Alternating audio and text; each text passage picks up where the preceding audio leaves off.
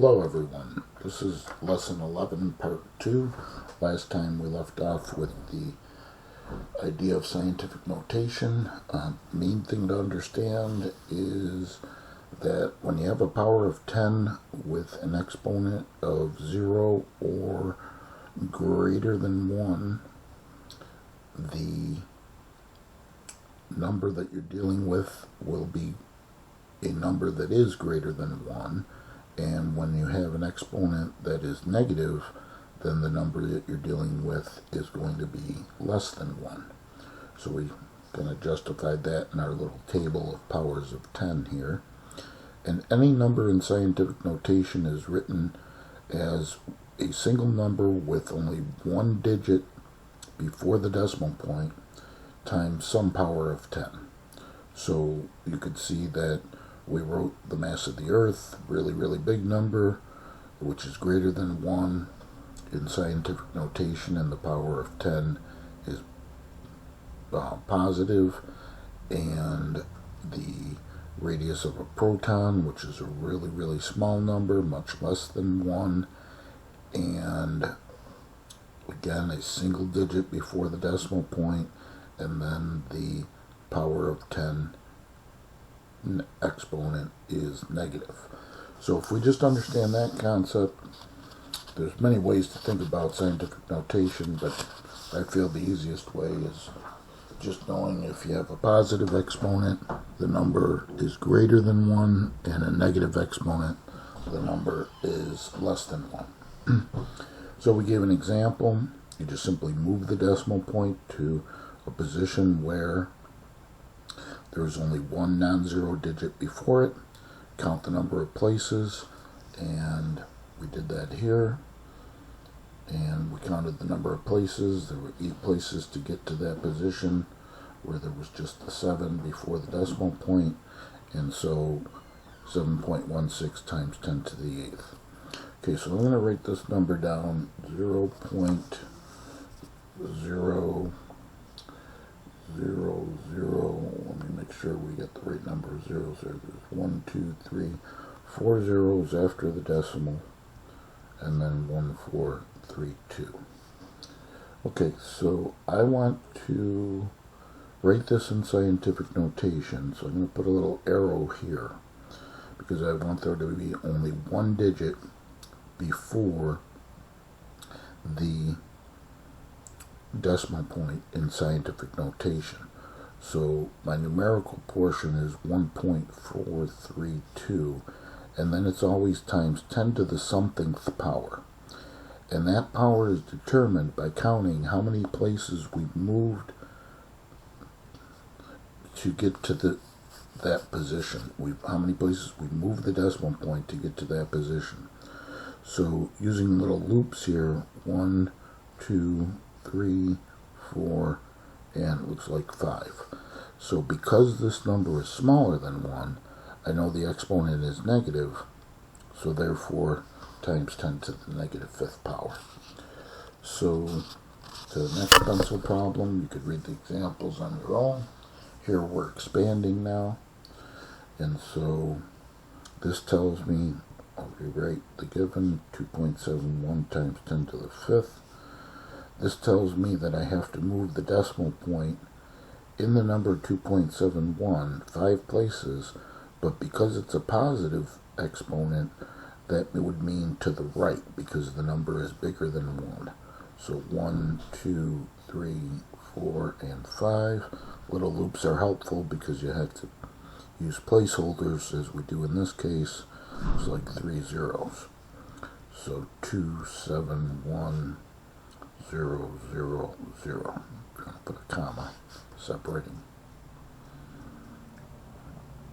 the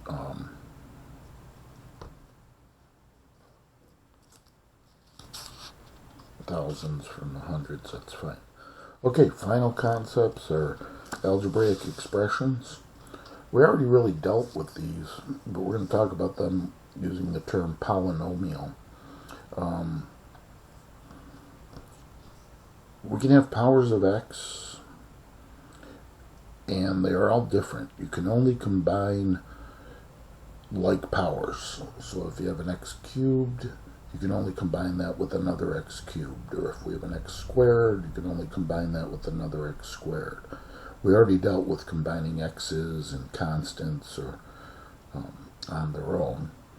And so some terminology: monomial, 1 term; binomial, 2 terms; trinomial, 3 terms. And here's a little idea of combining like terms. So again, to combine, we can only combine the terms that have the same variable and the same exponent. Now, you could use one of two methods, either a grouping method or an underlining method.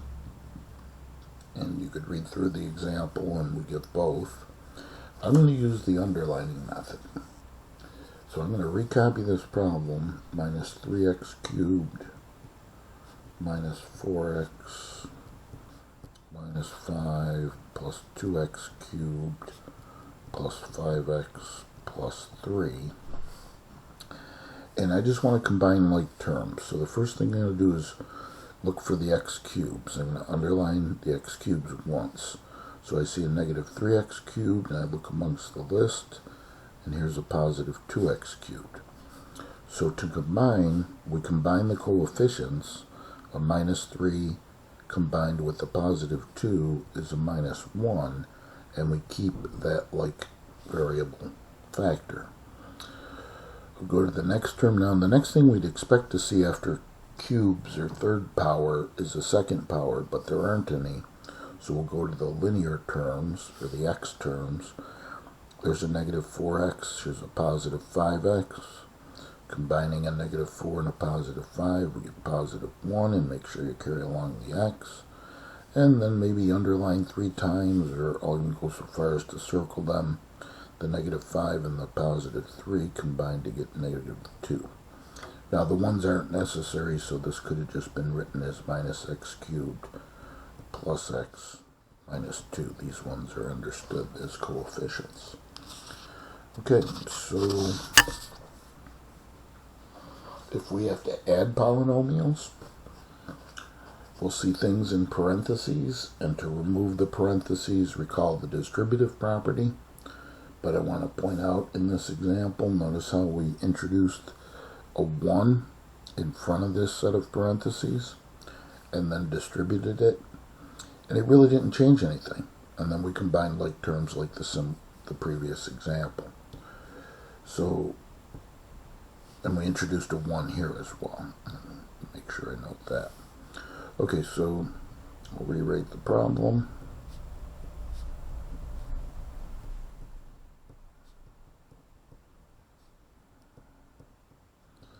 And if you want, slide the little 1s in front of the set of parentheses. Think about distribution. And it really doesn't change anything. 1 times anything is itself. So 1 times negative 3y is negative 3y.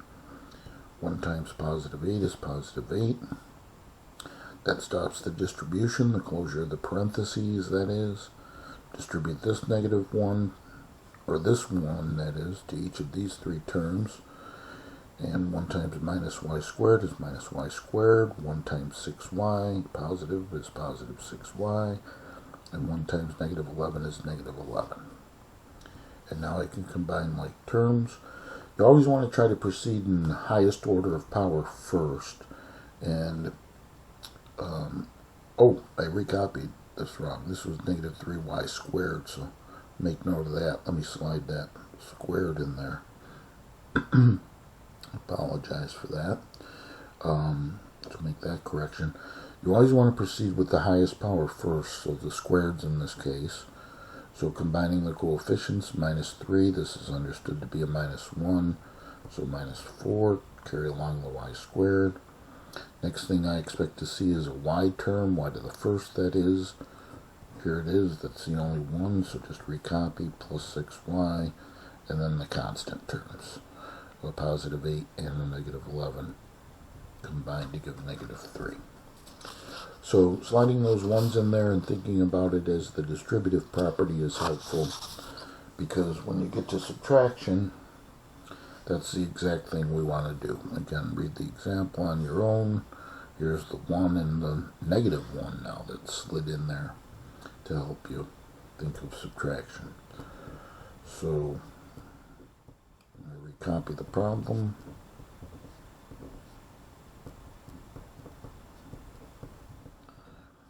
Slide the 1 in front of this set of parentheses. Think of this as a negative 1. Distribute the 1 to remove the parentheses. Really doesn't change anything. You can just think of dropping the parentheses. So x squared minus 7x plus 3. But here we have to think of this as a negative 1 that's being distributed. So that will change things. Negative 1 times a positive 4x squared is a negative 4x squared. And then the negative 1 distributed times a positive 5 makes it a negative 5. And now, like terms, there's a 1 understood in front of here. If you want to slide it in, that's fine.